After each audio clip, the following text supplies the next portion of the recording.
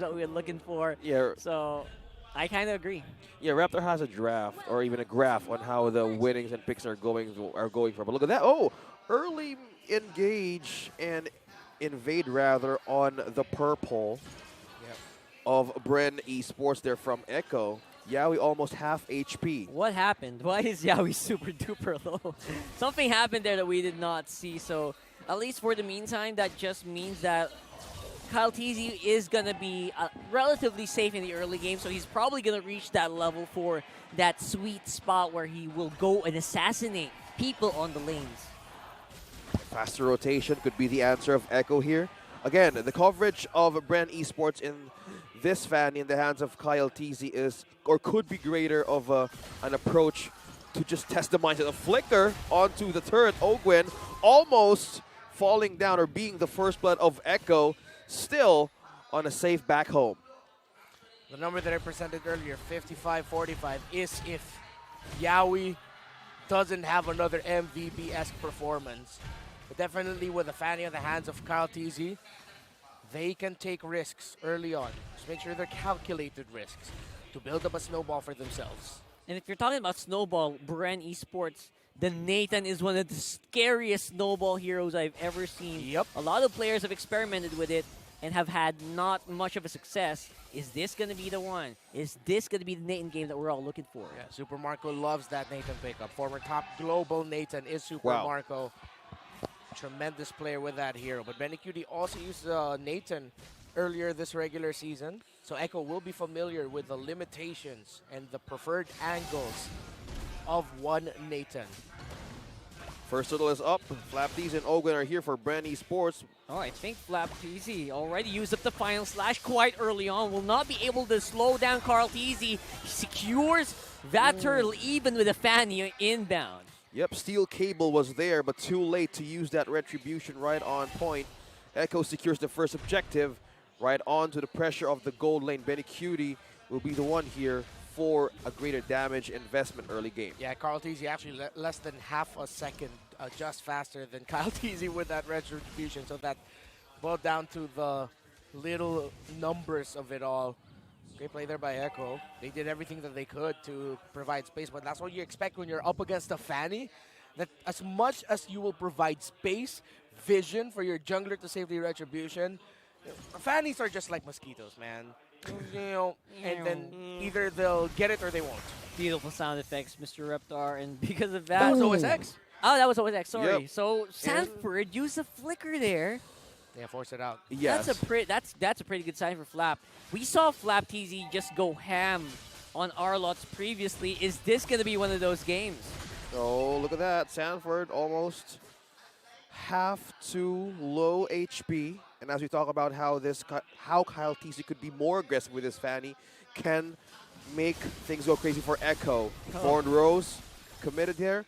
Spotted 3 members out of that death bush from BREN Esports. Carl TZ seems to be very happy to take these fights as much as possible. Although with Kyle TZ on the Fanny, he's gonna have to take it a little slower, right? Yeah. Combo of the Kufra and the Fanny. Meanwhile, they're eyeing on this bottom lane turret for the gold lane. Benecutie with a push, almost outer turret, energy shields gone for his laning stage. Echo right now, and BREN very calculated with their movements. No one being overly aggressive. I thought BREN Esports would really up the tempo here, but seems like Echo aren't giving BREN Esports any opportunities. And look at that push down bottom lane. Super Marco getting pressured. Echo doing everything they can to delay the farm of the Nathan. Oh, okay. Surprisingly, they're more on the slow and steady pace, Fanny type of movement. Instead of being aggressive, they might be looking for the right timing and information. But is this the part that they want to do as being cautious if they're up against Echo? All right, at this point, they have full info for sure on who is who and who is where around the map right now, as Carl TZ has been spied out, taking the turtle on the top side, while Yaoi actually almost went down on the bottom. Kyle TZ actually won the retry duel there. Able to secure the turtle there for BREN Esports. While Echo gets the tower down bottom, they decide to give up a major control of the turtle. They said, you know what, we can spike up our carry now. do what we can to put Benecutie in a better position. But despite all the rotations and disruptions that Echo did against the gold laner of BREN Esports, Super Marco is still in a good position. 600 gold lead for Benecutie, but considering everything that Super Marco had to go through, he kept it close. Yep. And has he wait for the right time to strike? Mostly he's waiting for more of those mistakes that Echo can commit in the gold lane, but he has no turret down bottom, so he might be forced to rotate on the EXP as Benecutie is up top. Yeah, they're doing a switch right now, actually, and during this transition, will we see someone get picked off? As you can see, Yawi just waiting like a shark on the sides, waiting for a BREN Esports member to show up within hook range. But again, BREN Esports just reading him very, very well. And they know.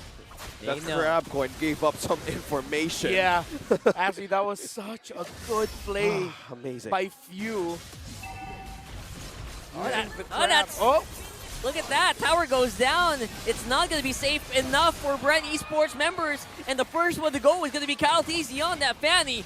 KyleTzy does not have the ultimate available. No final slash means he might not be able to survive this one. It went up, but it's too late. It went up, but not enough to save BREN Esports. Everything finally exploded into a big team fight. Flap and Kyle fall. Good response there by Echo. Again, the difference maker being the Bloody Hunt. And of course, Sanji landing in some crucial stunts there with the Curse of Crow. Benecutie being able to stay safe while KyleTzy diving the rest of BREN Esports. Good calculated aggression by Echo to put them in a scenario. Secure the last turtle of the game. Oh, and it's happening. Sanford trying to hold the possibility of KyleTzy of getting that orange. And to go back on how Echo is really fighting out this Fanny. Oh, an iron hook! Here we go again. It's going to be Ogwin this time around with KyleTzy making sure that they secure that kill. But while not be enough, it's still going to be the Echo Express. Choo Choo Ka-Choo going straight into the purple area of BREN Esports, and KyleTzy will also fall. A 3-0. KyleTzy is looking something here. KyleTzy almost half HP. Cable not connecting. Oh, no! He was so close in getting bursted down there. Oh, it's just like my situation at home. Disconnected cable. Oh, no! 3 disconnected cables. That is... Oh, that's not a sight to see. That's not a good sight to see if you're a BREN fan right now. Are the nerves starting to settle in into the young jungler of BREN? Ogwin needs to double time here on how to get information and force Sanford or even Yawi here to make all the ultimates being used. Oh, that's what I'm talking about. Oh! Is that the signal for Echo, though? Is this go time for us to take it to the BREN Esports lineup? And it looks like they are doing some pretty good damage. They are zoning out the jungle of BREN. And they are going to have to double time. KyleTzy, I thought whoa, now everyone's watching. Whoa there. I'm gargling. The number I provided, again, 55-45. If Yawi doesn't land the hooks or get the plays, and he's had some crucial pickoffs. It isn't the same MVPS performance, but his timings are big right now for Echo. There it is. That's going to be Ogwin. He's trying to make a set play happen, but it's just not in a good position yet. Oh no, being stunned. Ogwin missed catching two, but there was no follow-up for BREN Esports. And just that, Echo took one. Ogwin on the second death. Yeah, and this is what I'm talking about also. Again, with the lineup BREN Esports made for themselves, I really thought they'd be the ones wanting to set the tempo with aggression and speedier rotations, but no. Seems like they played the cautious route. They're giving up the snore. They're just going to try to get more farm. So what could have been a quick scale for them turned out to be a lineup that's just, all right, let's just buy time for Super Marcos Nathan. Ogwin's actually been dropping the ball in a lot of the sets, and that's problematic here for BREN. Is that also a pun intended? Dropping the ball? A little bit. Being a little Kufra. bit. Okay, okay. I like it. I like But it. he is. You That's, spotted it it's too, true, Remar. right? You spotted it too. Bouncing balls. Because again, we were expecting how BREN Esports lineup could be in an aggressive state. It's a Fanny. It's a Kufra. And most of the times, it's just purely your mind being played. If you're Echo, again, Avani could be all over the place, could be all over the map, taking and stealing those objectives.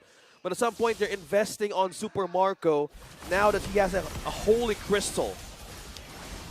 3 main items already for Super Marco. But the presence of Sanford prioritized getting, Oh, there you that go. Radiant armor. 2 ex-teammates, 2 former world champions as well. Duking it out on top side while the rest of the team is on mid. This time around, is this going to be the engage that Kyle TZ is looking for? Okay, Sanji used now the Feather Airstrike. Carl T's just puncturing through.